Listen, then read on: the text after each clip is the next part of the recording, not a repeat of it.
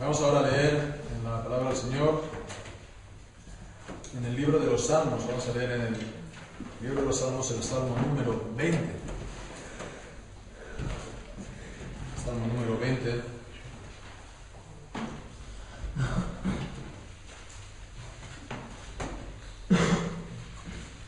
Leyendo también lo que son las introducciones, porque es también texto bíblico, es también texto inspirado, ¿no?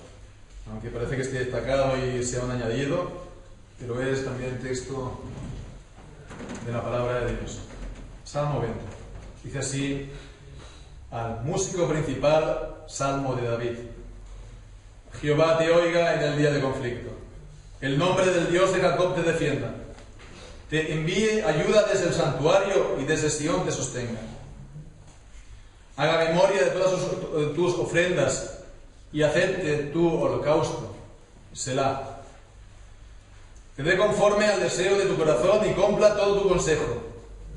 Nosotros nos alegraremos en tu salvación y alzaremos pendón en el nombre de nuestro Dios.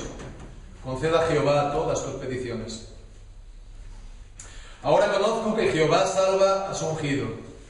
Lo oirá desde sus santos cielos, con la potencia salvadora de su diestra.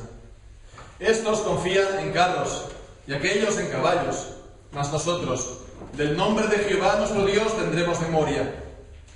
Ellos flaquean y caen, mas nosotros nos levantamos y estamos en pie. Salva Jehová, que el Rey nos oiga en el día que lo invoquemos. Amén. Amén. Bien, pues retomamos aquí nuestros estudios, ¿no? en el libro de los Salmos, que ya comenzamos hace mucho tiempo, ¿no? Muchos meses. De igual manera que la semana anterior fui capaz de decir la fecha cuando comenzamos, la fecha exacta que comenzamos los estudios en el libro de Apocalipsis. Ahora no podría decirlo, la verdad, porque yo me acuerdo que estábamos nosotros estudiando el libro de los Salmos ya en el primer local, ¿verdad? Es decir, cuando abrimos, empezamos a hacer cultos públicos, ¿no? Es decir, en la primavera del 2012, a partir de marzo del 2012. Entonces hace ya 4 años que comenzamos y llegamos entonces hasta el Salmo 19. Bueno, retomamos otras cosas en la palabra de Dios, otra serie de enseñanzas que en aquel momento también eran necesarias ver. Y bien, pues han pasado, ya digo, 4 años, ¿no? Y desde entonces, bueno, precisamente han pasado también una serie de cosas importantes, ¿no? También ligadas al libro de los Salmos, ¿verdad? Porque durante este tiempo se afirmó, se clarificó, el Señor nos llevó al pleno convencimiento en cuanto al canto de los Salmos, el papel que tiene el canto de los Salmos en el culto, en la adoración al Señor, y es de esta manera como pues cantamos solamente los Salmos, ¿no? En los cultos a Dios y sin acompañamiento musical, cosa que ya hacíamos antes, ¿verdad? Ya lo hacíamos en la práctica, ya desde aquel tiempo, ¿no? No cantábamos sino salmos, pero digamos aquí se ha afirmado, digamos, también las razones en nuestra conciencia, las razones doctrinales en la palabra de Dios del por qué hacerlo. No es solamente una cuestión de conveniencia, no es solamente una cuestión de preferencia o una cuestión de gusto personal, sino un deber que el Señor nos pone por la palabra de Dios. Pero bueno, ya lo vimos en su día, ¿no? Ya vimos pues toda la enseñanza acerca del canto de Salmos. Ahora pues vamos simplemente a ir retomando estos estudios, ir retomando la enseñanza o el mensaje o el ánimo o la exhortación que nos encontramos en los Salmos. Que seguramente que no lo vayamos a cubrir todo, que también lo vayamos a ir fraccionando, ya lo veremos, ¿no? Según el Señor también nos lo vaya indicando a cada vez. Entonces vemos que para que el libro de Salmos sea el libro de la adoración, ¿no? El único libro de adoración o el único himnario de adoración para el pueblo de Dios, eso significa que es un libro que ha de colmar todas las necesidades de los creyentes. Porque si no sería algo repetitivo, solamente dice, mira, tienes 150 canciones, las estás repitiendo siempre, ¿no? Y lo mismo, pues hasta te vas a cansar o te vas a aburrir. Pero vemos que por más que lo estemos cantando, esto no nos fatiga ni nos aburre. ¿Por qué? Pues porque el libro de los Salmos colma todas nuestras necesidades para la adoración, tanto la adoración colectiva como también la individual y familiar, y también nuestras necesidades espirituales, porque digamos, el libro de los Salmos nos presenta todo un gran abanico de situaciones, ¿no? De situaciones, una gran variedad de estados de ánimo. Han dicho, y es cierto que es una radiografía, el libro de los Salmos, del alma humana en su relación con el Señor. Entonces es por eso que, por mucho que nos detengamos en él, pues nunca nos cansa ni nos aburre. Entonces, en este caso, el Salmo número 20, Salmo, como decimos en la introducción, que también forma parte del texto del Salmo, vemos, dice, es el Salmo de David, o mejor dicho, es el texto, sí, añadido al Salmo, pero es también dado por inspiración, es original de la palabra de Dios, dice Salmo de David, nos está hablando, por lo tanto, de su autor.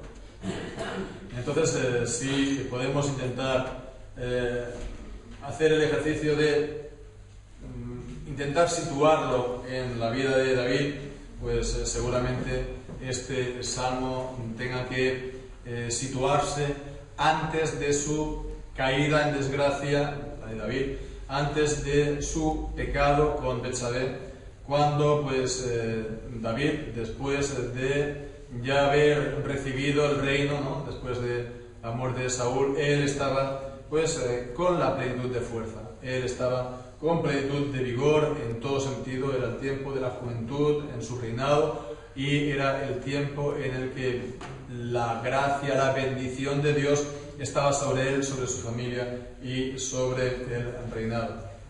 Los comentaristas pues sitúan por lo que dice el versículo 2, te envíe ayuda desde el santuario y desde Sion te sostenga. Vemos esta referencia al santuario, a Sion, monte en Jerusalén, por lo tanto, pues lo sitúan después del traslado del arca, que vemos en 2 de Samuel, en el capítulo 6, cuando el arca estaba en casa de Obed-Edom y David lo trajo a Jerusalén. Y lo hizo pues con gran fiesta, lo hizo también con gran reverencia, pero también con gran fiesta, con muchos sacrificios y danzando. Y fue entonces cuando Mical,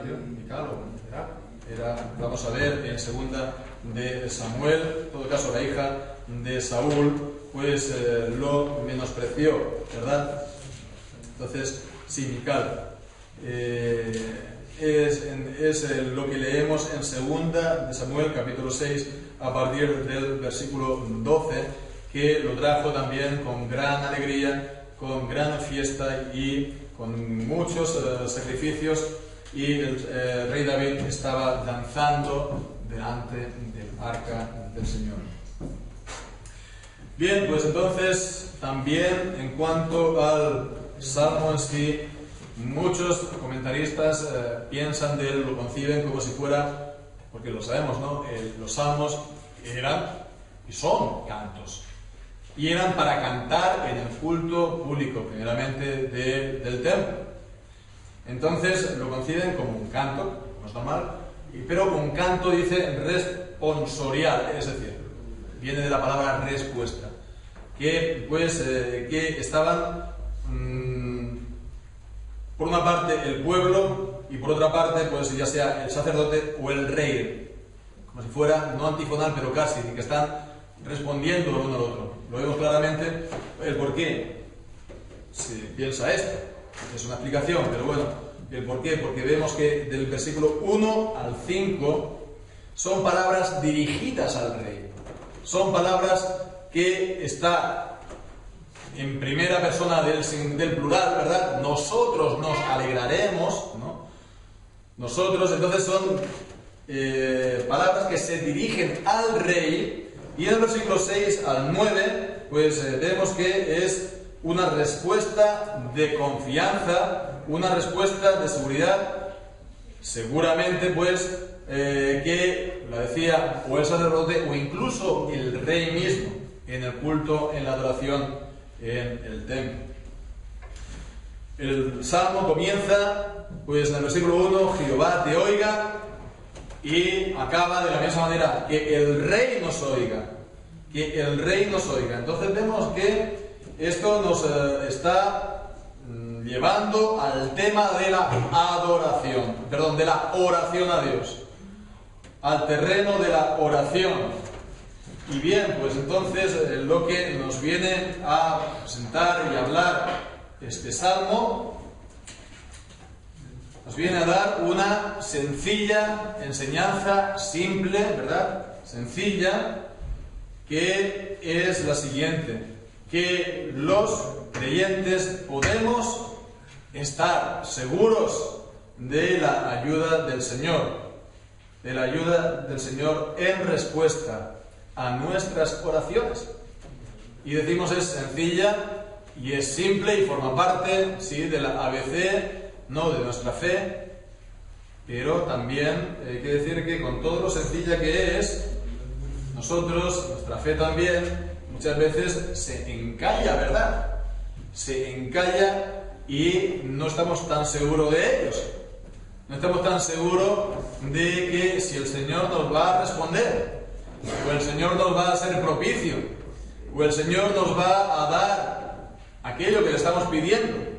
Bien, pues nos está diciendo aquí que estemos seguros de que el Señor va a, en respuesta a nuestras oraciones, nos va a ayudar, va a ser nuestro ayudador. ¿Qué es lo que nos encontramos en este salmo?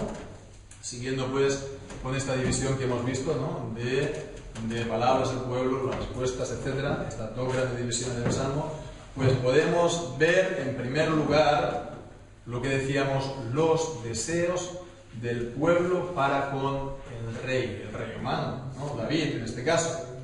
El pueblo, vemos en estos primeros versículos del 1 al 5, está pidiendo por la bendición, por la prosperidad, para que el Señor haga avanzar el reinado del rey. Entonces, bueno, antes de considerarlo, hemos de, pues, primeramente, atenernos nosotros, por supuesto, primeramente, al sentido literal del salmo, al sentido literal que son las palabras que nos está diciendo y el contexto en el que fueron dichas. Vemos que está hablando del rey, y estas palabras son las del pueblo a su rey humano. Entonces vemos, nos está hablando, en primer lugar, ¿no?, de la función del rey, sí. La función del rey que es, en tiempo de paz, ¿cuál? La de gobernar al pueblo, aunque también vemos que era también la de administrar justicia. Lo vemos tanto en David como en Salomón, estaban también juzgando al pueblo.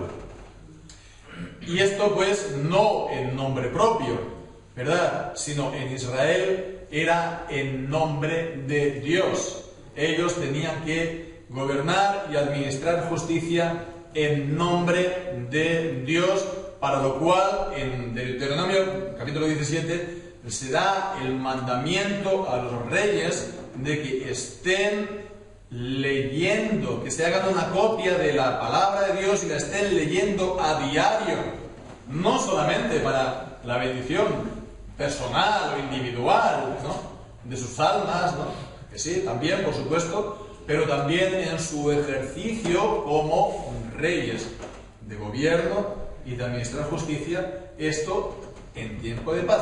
Pero después también está el tiempo de guerra. Y bien, pues entonces ahí también tenía una función importante, que era la de salir guiando al pueblo para la guerra. Guiando al pueblo para la guerra, y de esto todavía pues lo vemos, ¿no? No sé si decir reminiscencia, pero lo vemos todavía en las monarquías que todavía quedan. Por ejemplo, la nuestra, el rey, ¿no?, es el máximo dirigente de las Fuerzas Armadas, ¿no?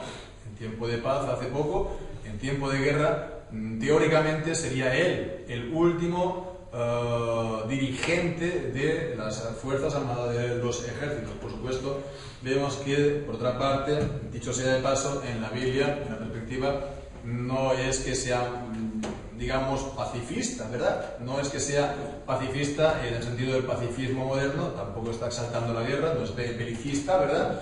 Pero no está pues diciendo que no hay que hacer guerra en ningún caso, en ninguna ocasión. Lo vemos en el Antiguo Testamento y no vemos que eso cambie en el Nuevo Testamento. El Señor, pues, a un centurión romano, a un soldado romano, en el Nuevo Testamento, pues lo alabó por su gran fe, dijo que no había visto fe parecida en todo Israel, pero no le dijo a continuación, bueno, pues entonces tú ahora tienes que dejar de ser soldado y centurión, ¿verdad?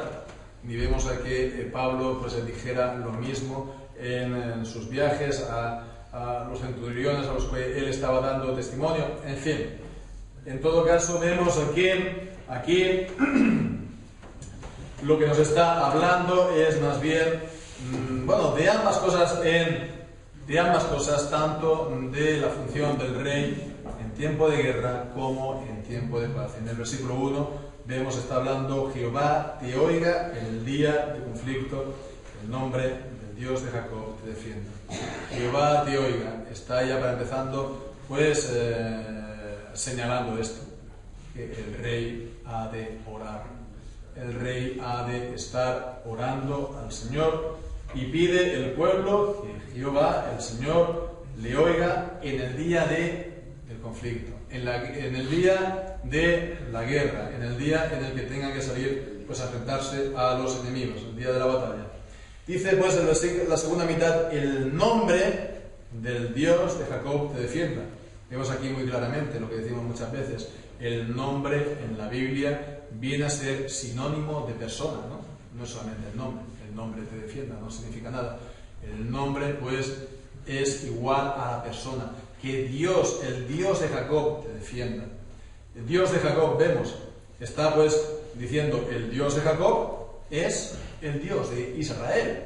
El Dios de Jacob es el Dios de Israel. Entonces, ¿por qué? De la misma manera que el Dios de Israel es el Dios de Abraham, de Isaac, de Jacob. ¿Por qué? Porque ellos eran Abraham, Isaac, Jacob, los padres. Y bueno, pues el Dios de los padres es también el Dios de todo Israel por todas sus generaciones. Los hijos son santificados en los padres. Esto vemos es el pacto de la gracia. Y es el pacto de la gracia también en el cual nosotros estamos. El Dios de Jacob es en el Nuevo Testamento también el Dios y Padre de nuestro Señor Jesucristo. Y este es nuestro Dios. Es el Dios de la cabeza del pacto, Jesucristo, y este es nuestro Dios, que también nos guarda. Y vemos aquí, dice, te defienda. Te defienda literalmente es poner en alto.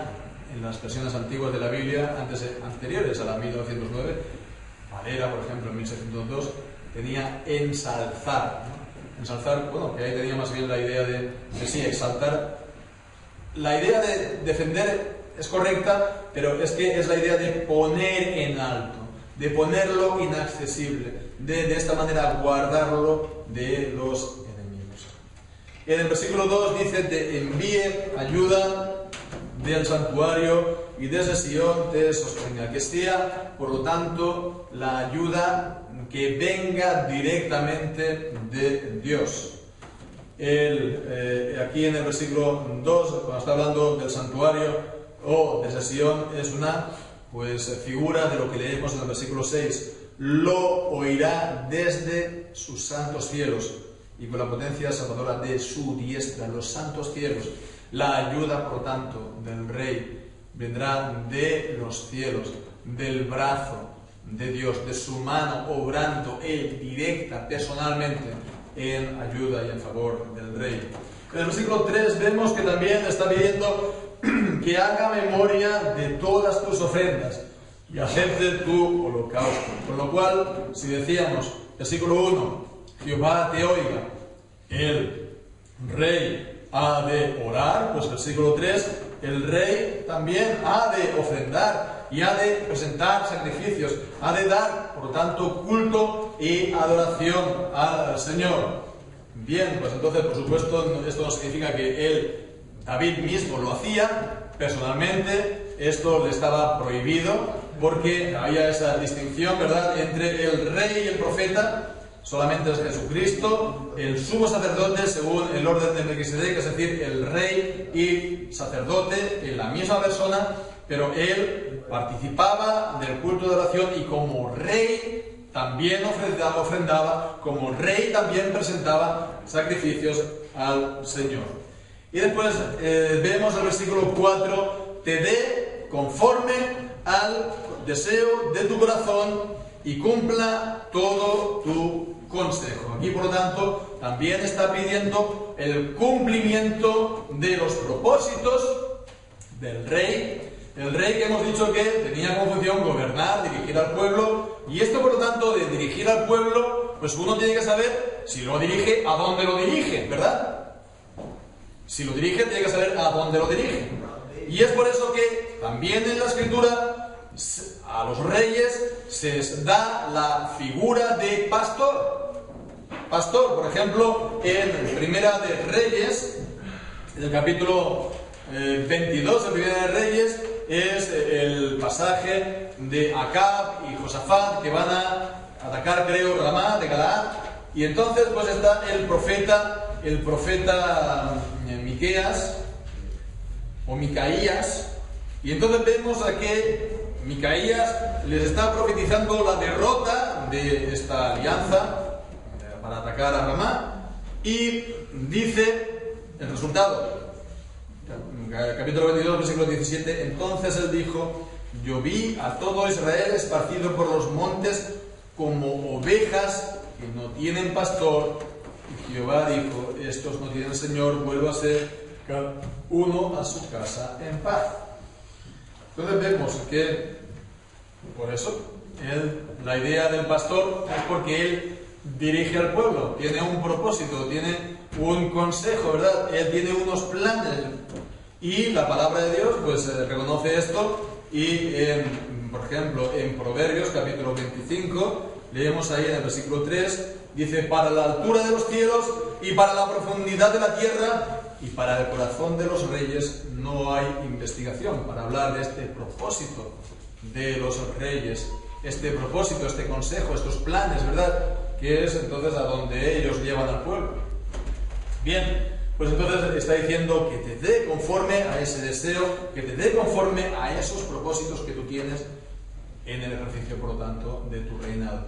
Y por último vemos el versículo 5, esta alegría del pueblo. Nosotros nos alegraremos en tu salvación. No es algo pues que no sea indiferente, que sea algo ajeno a nosotros, es una cosa tuya solamente, no, es también nuestra, porque somos parte de tu pueblo que tú diriges. Nosotros nos alegraremos en tu salvación, alzaremos pendón en el nombre de nuestro Dios, y una vez más, conceda Jehová todas tus peticiones. Bien, pues decíamos que todo esto es en cuanto al sentido, digamos, literal, ¿no?, que es el directo, el transparente que leemos aquí en estas palabras, pero no hay que olvidar nunca la función que tenía el rey de Israel, porque el rey de Israel era un ungido, ¿verdad? Era un ungido de Dios, había sido por lo tanto ungido con aceite, el aceite sagrado, por el sacerdote para ser rey. Entonces pues el rey en el Antiguo Testamento era una figura de Cristo, un tipo de Cristo, una figura, lo estaba anunciando de antemano, ¿verdad? Él era un ungido por el Señor, de la misma manera que Jesús, el Señor Jesús, Él es el ungido de Dios. El Cristo es el significado de la palabra Cristo, es ungido, o el Mesías, que es también el sentido de la palabra Cristo, ungido en hebreo. Cristo en griego, en hebreo pues Mesías. Entonces, Él es el rey, Él es el ungido del Señor para ser rey. No solamente para ser rey, sino también para ser sacerdote y también para ser el profeta, sus tres oficios: sacerdote, profeta y rey. Entonces vemos que Él, Jesucristo, es el verbo Los reyes del Antiguo Testamento eran, por lo tanto, el anuncio, era el tipo de Cristo. Y nos está, por lo tanto, hablando del versículo 9, ¿no? Así acaba el versículo 9 del Salmo, que el rey nos oiga, vemos, el rey está hablando, lo pone muy bien en mayúscula, porque, vemos, están los deseos del pueblo para con el rey, ¿no? En los primeros versículos, pero se está reconociendo el verdadero rey es el Señor. Él es el verdadero rey. Entonces, Cristo es el verdadero rey de su pueblo. Cristo es el verdadero rey de su iglesia, ¿verdad? El verdadero rey, y no necesita intermediarios, o mejor dicho, no necesita vicarios, ¿verdad?, que reinen por él en la iglesia. Él gobierna sobre su pueblo, y su pueblo, la iglesia, es su reino, es su reinado, es el lugar, ¿verdad? Es el país, la tierra, el territorio donde él gobierna. ¿Cómo él lo hace? Pues lo hace a través de su palabra, que es la carta real, y lo hace, pues sí, a través de sus ministros. Decíamos intermediarios, sí, en el sentido, pues, de ser sus siervos. Ellos no tienen la autoridad para añadir cosas, ellos no tienen autoridad para implantar cosas que no estén en su palabra, sino simplemente es de llevar a cabo, de transmitir su palabra y de ponerla en práctica, pero no ir más allá. Entonces hay la autoridad de los siervos o de los ministros. Vemos, se hace esta distinción normalmente, ¿verdad?, entre la teología reformada, presbiteriano, ¿no?, es que la autoridad de los ministros no es magisterio, sino ministerial. Es decir, no es el que está como señor, magister, ¿no?, señor, maestro, sino como ministro, siervo simplemente. Entonces vemos, esa es la gran diferencia. El señor, pues, la magisterial puede añadir según qué cosas, ¿verdad?, que no están, por su autoridad, y exigir su cumplimiento por su autoridad, por la autoridad de los siervos o de la iglesia misma. Ejemplo, claro, ¿verdad?, ¿dónde está en la palabra que los siervos de Dios no puedan casarse? ¿No? Por eso nosotros no obligamos, ¿no?, a los siervos, a los ministros, a que permanezcan solteros, porque no hay ningún mandamiento de la Biblia que lo exige. Sin embargo, sabemos, en la Iglesia de Roma lo exige, ¿verdad? ¿Por qué? Pues porque para ellos la autoridad se hace por la autoridad de la Iglesia y tiene, vemos, el mismo valor una vez se ha dado, ¿no? Ha salido y ha puesto el Papa ahí su cruz o su firmita, según sabe, escribido, ¿no? Pues tiene el mismo valor que si estuviera la palabra de Dios, magisterial, ¿no?, como Señor. Tenemos ahora esta semana, ¿no?, el ejemplo este de las diaconisas, ¿no? Eso no está ordenado en la palabra de Dios. No está dicho en 1 Timoteo capítulo 3, ordenad a la mujer que sea, pues, mujer de un solo marido. No, solamente está hablando de varones, ¿no? Solamente se ordena que haya diáconos, pues, varones. Pero a ellos, ya lo digo, les da igual, porque si al final lo decide el Papa o el Papa que venga, pues decidido está y tiene el mismo valor que si estuviera en la palabra de Dios. Entonces vemos que esta es la gran diferencia, y de esa manera, evidentemente, pues Cristo como gobierna. Si, de esa manera gobiernan los hombres que están usurpando su autoridad y están usurpando la autoridad de Cristo en la iglesia, porque Él es el único rey que gobierna. Él es el único rey que dirige al pueblo. Él es el único rey cuyos propósitos para con su pueblo son insondables. Él tiene unos propósitos, tiene un consejo. Él ha provisto a dónde los va a llevar. Él los va, como es nuestro pastor, a guiarlos por el mejor camino posible. Para nosotros sus caminos no son más altos que los cielos. El Señor Jesucristo sabe cómo hacerlo. Bien, pues vemos esto en cuanto a estos versículos iniciales. Podemos ver incluso más aún de estos versículos iniciales. A modo de aplicación podemos destacar al menos pues 3 cosas, 3 puntos.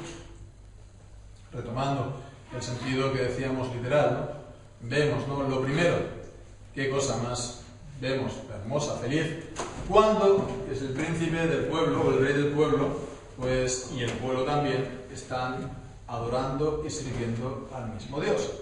El pueblo está aquí, pues, orando a Dios para, digamos, la bendición de su gobernante. ¿Por qué? Tanto el pueblo como el rey están sirviendo al mismo Dios. Vemos que no hay aquí pues lucha entre unos y otros. Versículo 5, nosotros nos alegraremos en tu salvación. Nos alegraremos. Bien, pues vemos que esto lo encontramos una y otra vez en la Biblia, sobre todo en el Antiguo Testamento. Cuando los reyes eran fieles. Cuando los reyes eran fieles al Señor. Cuando los reyes eran fieles a su palabra, pues el pueblo le iba bien. El pueblo gozaba de bien, gozaba de la bendición de Dios. Ahora bien, cuando se elevaban los reyes impíos, el pueblo, pues evidentemente participaba primeramente de su pecado, ¿no? Y lo único que recibía al final era confusión, castigo, disciplinas y al final pues ser dispersos, ¿no? Y ser llevados al exilio. Entonces, bien, hoy en día, pues, bueno, podemos discutir, ¿no? O se puede hablar, ¿no? Si es mejor que haya reyes o no, monarquía o república, pero lo que no cabe duda, ¿no? Es que sería una gran bendición si las autoridades que gobiernan, las autoridades civiles, como la palabra antigua, magistrados, ¿no? Sirvieran también al único Dios verdadero, que es el Dios de Jacob, el Dios y Padre de nuestro Señor Jesucristo. Vemos, alguien puede decir, no, es que esto no va con los tiempos, ¿verdad? Porque está el laicismo y esto es la piedra angular de nuestro tiempo, ¿verdad? El laicismo, o la laicidad. Pero bueno, nos podemos plantear, o la gente se podría plantear, ¿no? ¿Qué es mejor? ¿No? ¿Qué es mejor? ¿Lo que estamos viendo ahora? ¿O que el pueblo, sus gobernantes también sirvieran al único Dios verdadero? ¿Qué es mejor? Lo que hemos visto, por ejemplo, esta semana, ¿no? Que una supuesta autoridad civil, porque una representante, una miembro del Parlamento, aunque sea del Parlamento autonómico catalán, pues estaba diciendo, no, que los hijos no sean criados por sus padres, porque al final salen conservadores, los pobres, y es muy aburrido, ¿no? Y es poco interesante, que lo cuide la tribu, ¿no? Y bueno, esto puede decir que gracioso, mira, tiene gracia la mujer, pero detrás de ahí, eso es un programa de acción. Y lo que ahora van soltando como esto, ¿verdad? Pues en 5 o 10 años se van a dar cada vez más y más y más pasos para quitar los hijos a los padres y para que lo eduque ¿quién? La tribu, ¿verdad? La comunidad, la sociedad. Bien, pues entonces, ¿qué es mejor? ¿Verdad?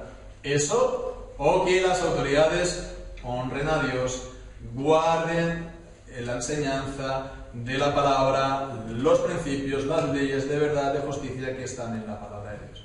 Cuando los impíos se levantan, y esto es una cosa que se insiste una y otra vez, sobre todo en el libro de los Proverbios, cuando los impíos se levantan, se esconden del pueblo.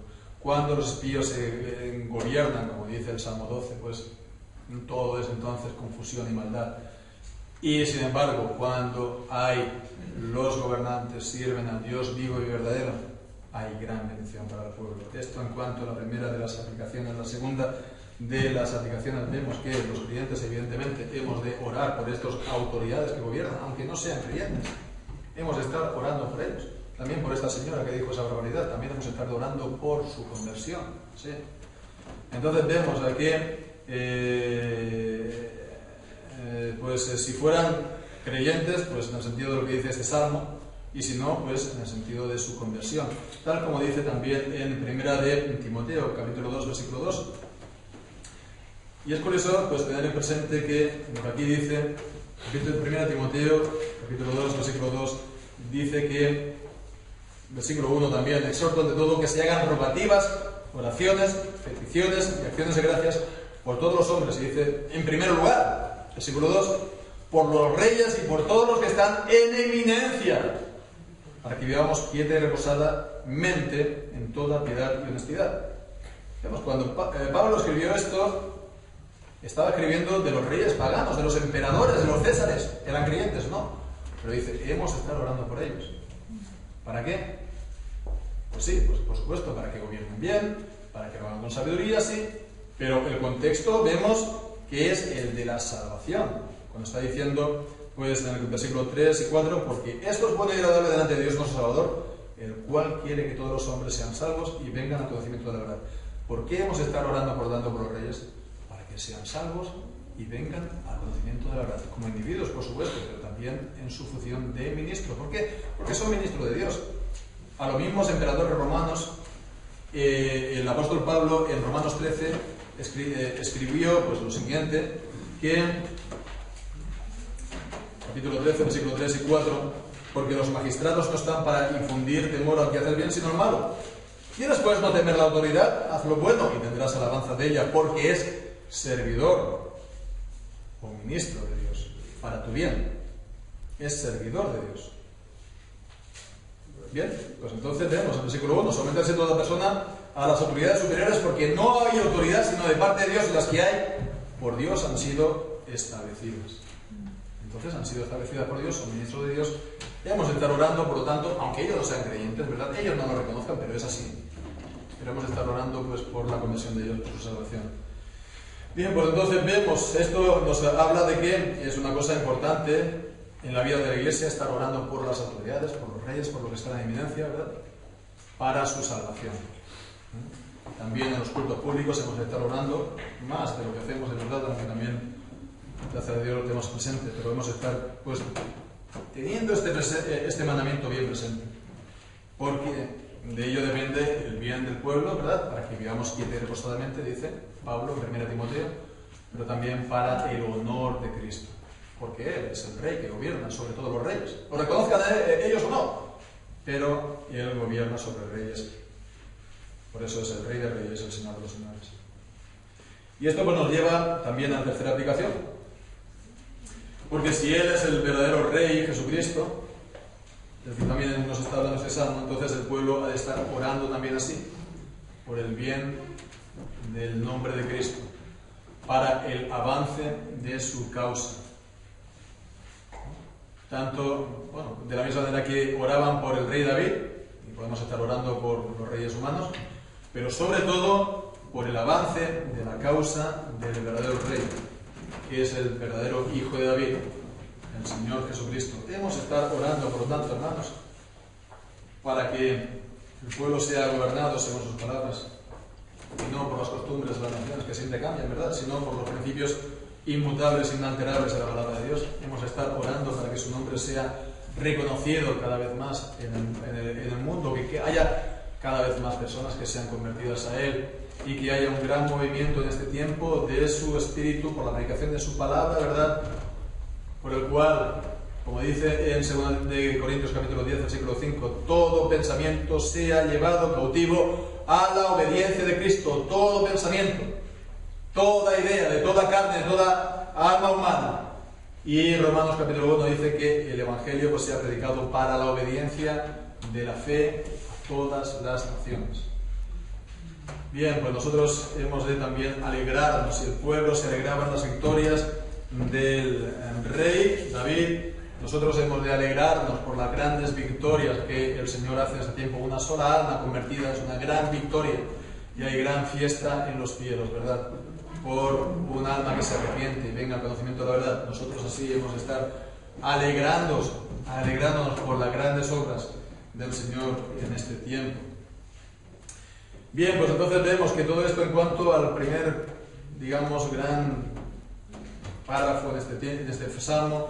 Vemos ahora pues en el versículo 6 al 9, vemos que es la expresión de confianza. Aquí seguramente es el rey o el sacerdote que dice: ahora conozco que Jehová salva a su ungido. Una expresión de confianza, de seguridad. ahora cuando ya no es solamente los deseos del pueblo, que el Señor te dé, que el Señor lo vaya a hacer, no, estamos orando, nos estamos alegrando, lo estamos deseando, pero dice, ahora lo sé, ahora lo sé. Entonces vemos, esta es una enseñanza de estos versículos que nos es a nosotros preciosa como creyentes. La enseñanza en resumidas cuentas de estos versículos del 6 al 9 es que Dios es la fortaleza de su pueblo. Dios es la fortaleza de su pueblo. Dios es la fortaleza de su pueblo y esto es lo que nos lleva a estar confiados, ¿no? Versículo 7 dice, las naciones, los demás, ¿no? Los que no son creyentes, estos confían en carros y aquellos en caballos. Carros y caballos no es para, en el contexto no es para llevar pues los instrumentos de trabajo del campo.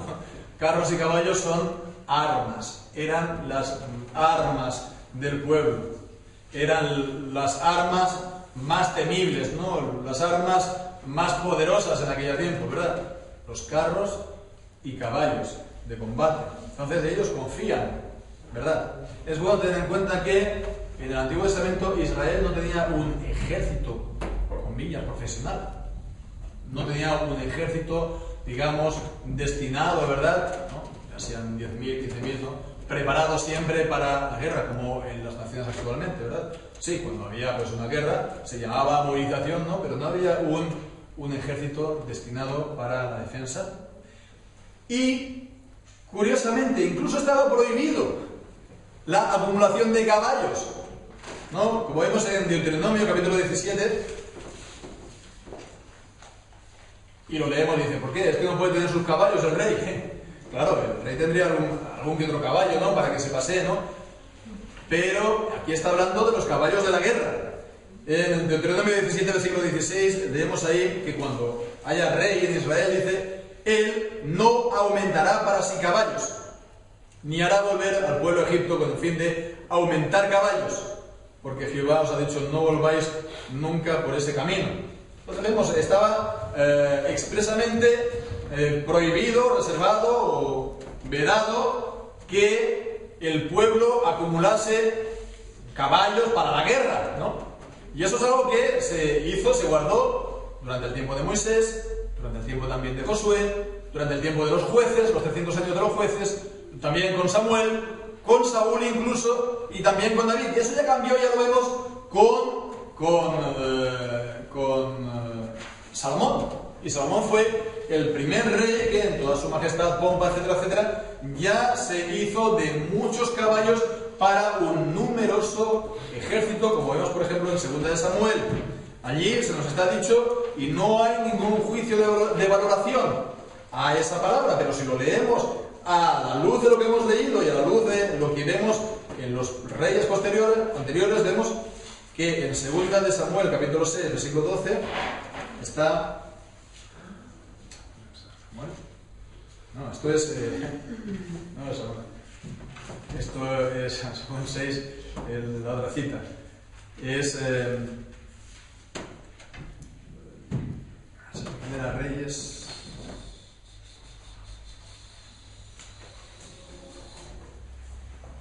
Reyes.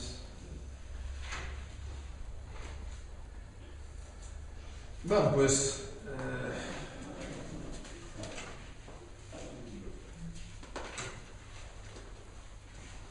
sí, perdón, en Primera Reyes capítulo 10 vemos que ahí estaba, pues a partir del versículo 26, juntó Salomón carros y gente de caballo y tenía 1.400 carros y 12.000 jinetes, los cuales puso en ciudades de los carros y con el rey en Jerusalén. Leemos esto y ya digo que no hay ningún juicio de valor aquí, si estaba bien o si estaba mal, ¿verdad? Pero estos carros y estos caballos en su tiempo era un gran gasto, ¿verdad? Ya lo sería hoy en día también. Pero era un gran gasto económico y entonces eso de dónde salía, evidentemente, de los costales del pueblo, y eso fue pues lo que le pidieron, ¿no? Al pueblo. Después, cuando ya murió Salomón, su hijo Roboam, que le aligerara la carga, ¿no? Porque, entre otras cosas, se tenía que estar manteniendo este gran ejército.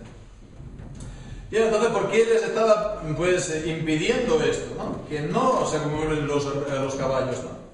Es malo tener un ejército, tener una buena defensa nacional.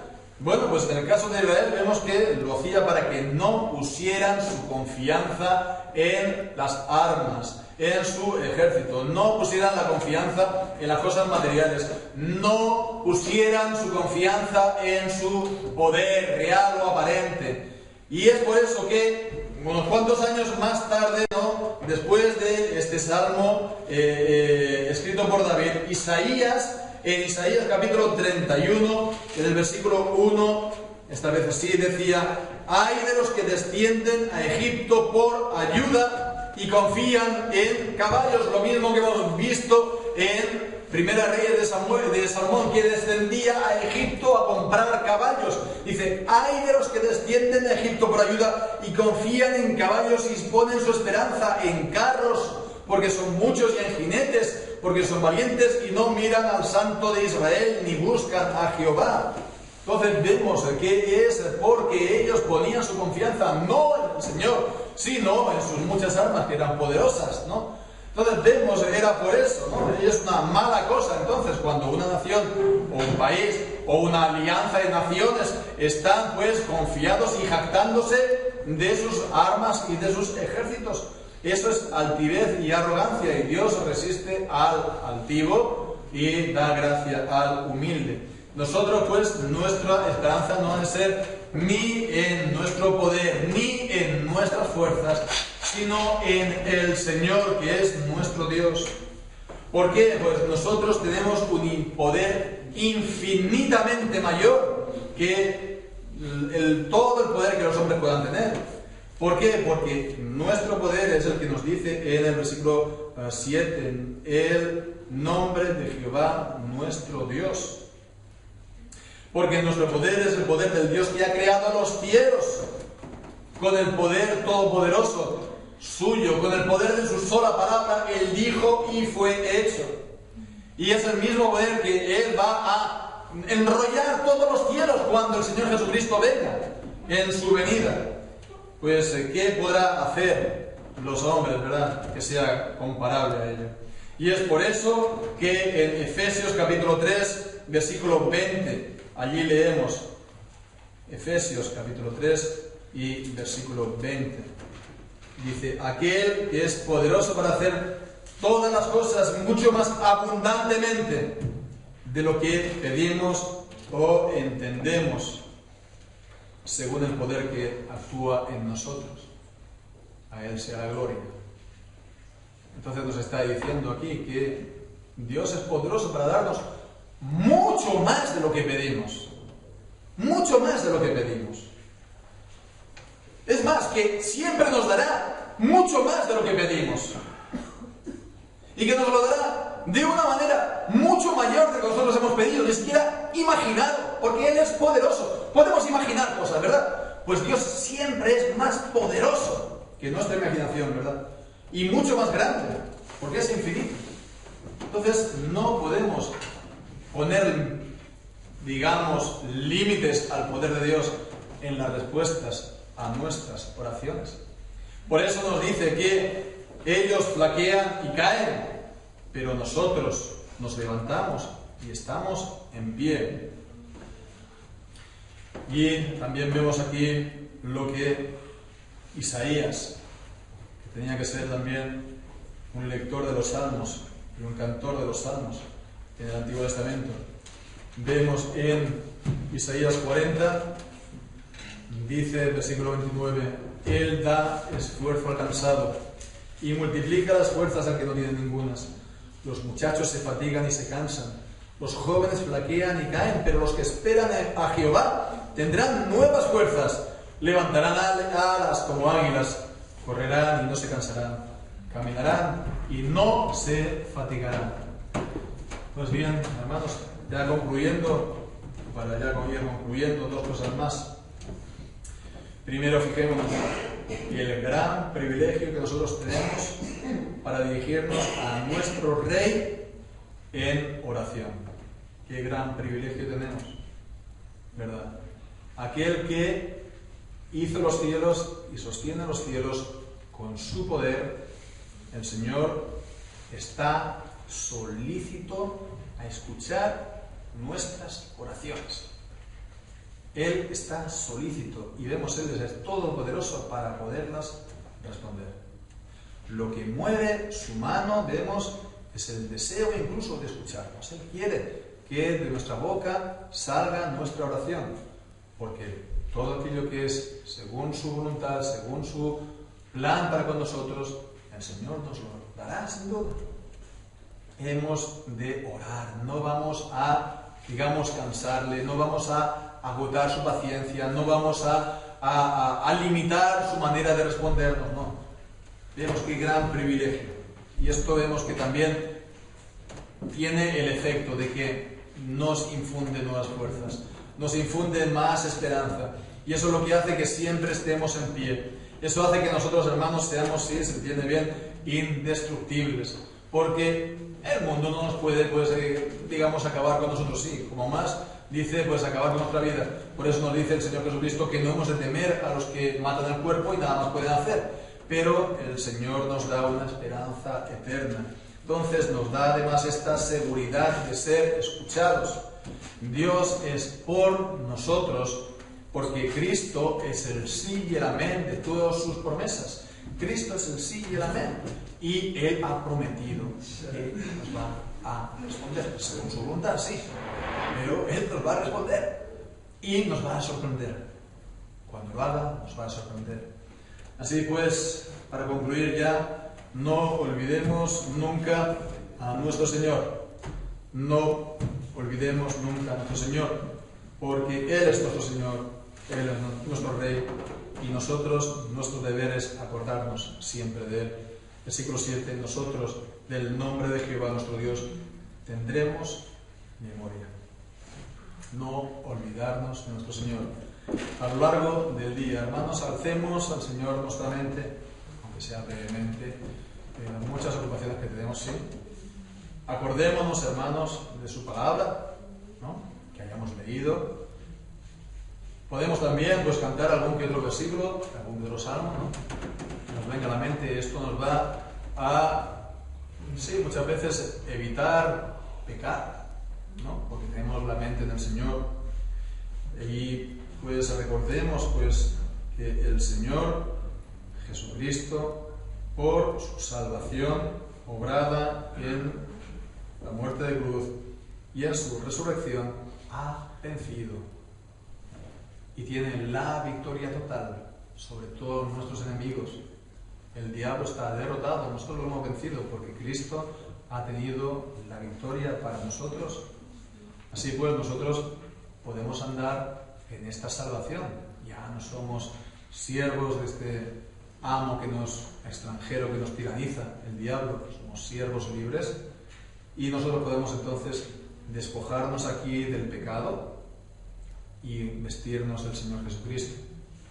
Podemos entonces andar más y más en Cristo y en la salvación que Él ha efectuado para nosotros.